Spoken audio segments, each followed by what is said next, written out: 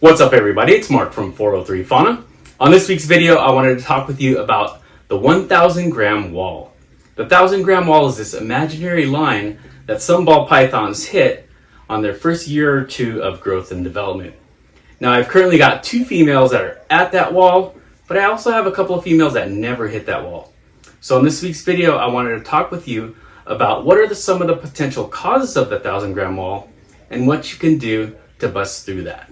So kick back and listen in to this week's video. Okay, let's start off here with Wanda the Mystic Clown. Her last meal was on January 22nd. So this is over 2 months of not eating. Now there may be a couple of, actually the main reason I believe is that I did move her from a 28 quart tub to a Freedom Breeder 70. So that change in environment could have triggered her to stop eating. I've since moved her back to a 28 quart tub, but she still hasn't taken a meal yet. So honestly, am I worried? No. She's got good body condition. She's still healthy and strong. And I expect her to bust through it somehow. I'm probably gonna try mice. I heard mice is really good at getting snakes past that 1,000 gram wall. I was really hoping, or actually there's still a lot of time, but I'm hoping she makes the 2023 breeding season, and I'm pretty confident she will. So she's currently back in a 28 quart tub. I'm gonna try a live mouse this week, and I'll let you know if she takes it. So this is Wanda the Mystic Clown, currently at that 1,000 gram wall, even though I think she's a little bit shy of that. So let's take a look at another one and a different reason why I think she's at the 1,000 gram wall. Next up we have Chloe the Piebald. Now, prior to her last meal in January, she was at around 1,300 grams, and I was really looking forward to her being a breeder for me this season. But since she's been up against that wall, I've decided not to breed her. But she also, at the same time as Wanda, made a transition to an FB70 tub, but she continued to eat in that larger tub. She stopped eating after I introduced a male with her. So I introduced the male, I witnessed no locks whatsoever, and for whatever reason after that she stopped eating, and I decided not to pair her any longer, so she's still currently on a food strike at that 1,000 gram wall. She's got a little bit of stuck shed here. So this is Chloe the Piebald, currently at the wall. She's still nice and thick, so no worries.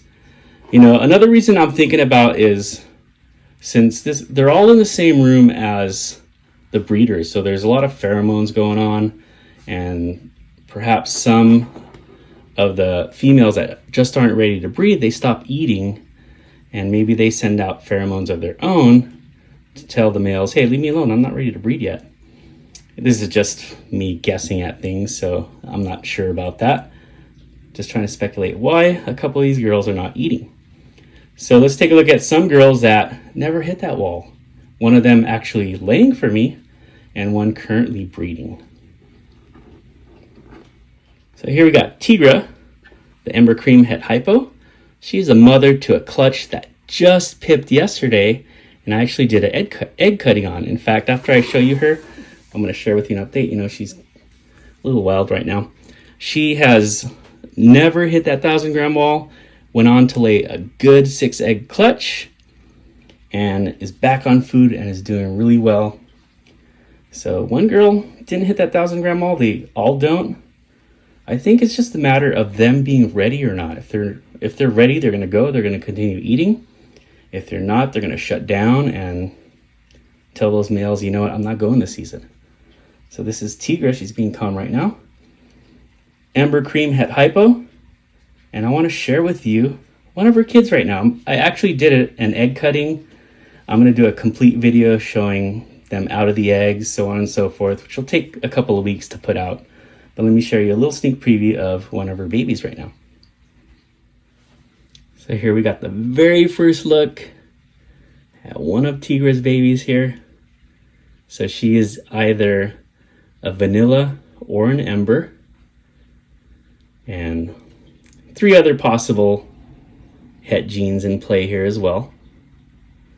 I don't want to disturb it too much. Barely out of the egg. This one actually pipped on its own and came out on its own yesterday. And you're getting a little preview of it right now.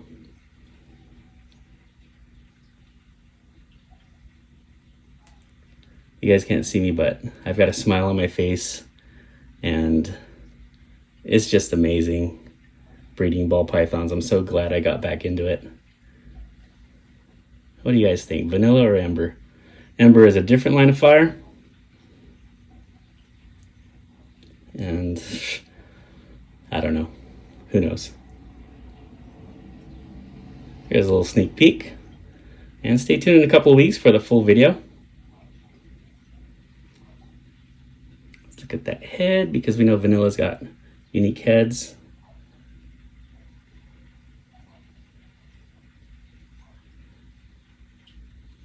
I don't know. We'll wait after it sheds. Lastly, I was going to show you Patience the Enchi Clown, but I think I showed you her on a recent video. She is one that never stopped eating and is a 2020 snake that's at 2,000 grams. But I wanted to share with you instead Bunny, who is Tigra's sister. And Bunny here, she went on a pretty long strike. And right when I started breeding her, and she just would not eat. And she has finally started eating again. So the past 2 times I offered, she has eaten. So I'm glad she's now past that 1,000-gram wall. And I think it's all just a matter of being patient with these animals. As long as your conditions are good, they're going to bust out of the wall when it's their time.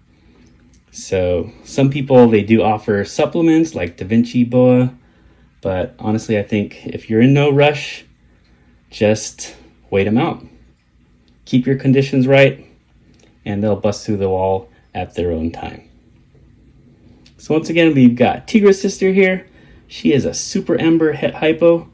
So here's a reason why ember is different from fire. Embers consistently produce these high yellow white snakes, and I think they're the exact same thing as sulfur. I had a video about the history of sulfur and ember. I'll link that below, but they are absolutely beautiful animals.